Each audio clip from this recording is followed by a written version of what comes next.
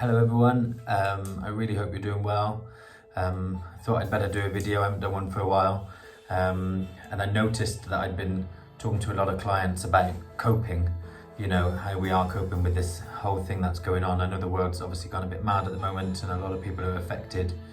Hopefully, you're not affected too badly, it's just a case of isolation, but if you have been affected, I hope it goes as well as possible. Like I said, I noticed I've been talking to a lot of clients recently about how well we're coping, and I still think to a degree that this whole thing, this whole isolation thing, is still a bit of a fad. It's been 1 or 2 weeks and people are trying to find different ways of coping, and there's lots of good that's come out of it in terms of how much people are spending time together, inventive ways to cope, and it's going really well from what I can tell. But we're obviously only a couple of weeks in. My fear is that the longer that this goes on, the worse people are going to start to feel. Like I said, we're 2 weeks in, and I find myself questioning how people are going to be 4 or 5 weeks in. So one of the things that I've looked at with clients is a coping scale. So I'm going to give you an example now of the coping scale that I've been talking to clients about. And what I was thinking for people to look at is, if we can look at 0 being I'm not coping at all, completely overwhelmed, 10 being I'm coping as the best I possibly can. Working out as we go along what behaviours, emotions, things like that we display depending on what score we're at.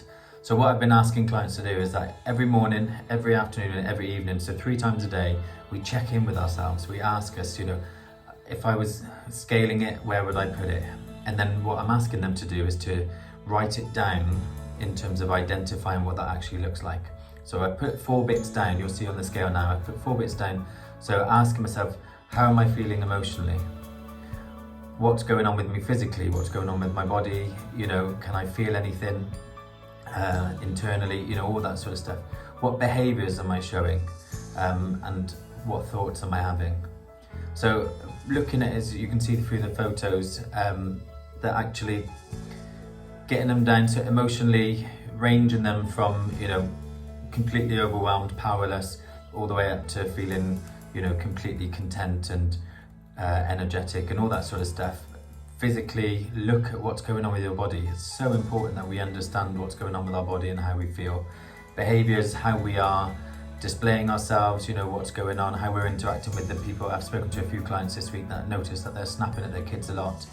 And thoughts, when we're feeling quite negative, often it comes with negative thoughts, So it's just about recognising these things, writing them down, and then every day checking in with yourself, because what you don't want to do is realise, oh, I'm at a 2 or a 3 and thinking, oh crap.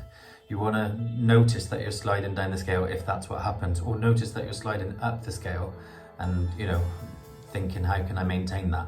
At the bottom of this, I've put, how is it that I can maintain this or make my score rise, or, and recognising what is it that I need. So if I'm going down the scale and I'm feeling like a 2 out of 10, what is it that I need? And it might be that I need a hug, it might be that I need to go out for a walk, it might be that I need to sit in front of the TV and watch a really sad movie or a fun movie.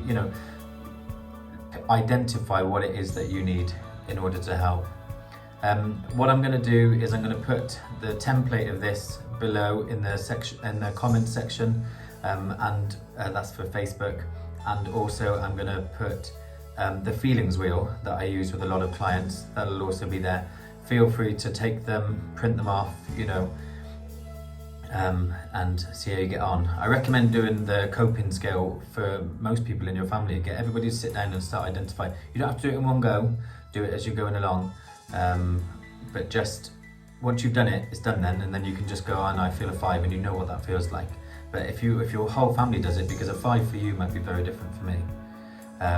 But yeah, this is a slightly longer video than I wanted to, but I hope it all makes sense, and I really hope you stay safe. If you've got any questions, please, don't hesitate to ask me. But take care, and I'll speak to you soon.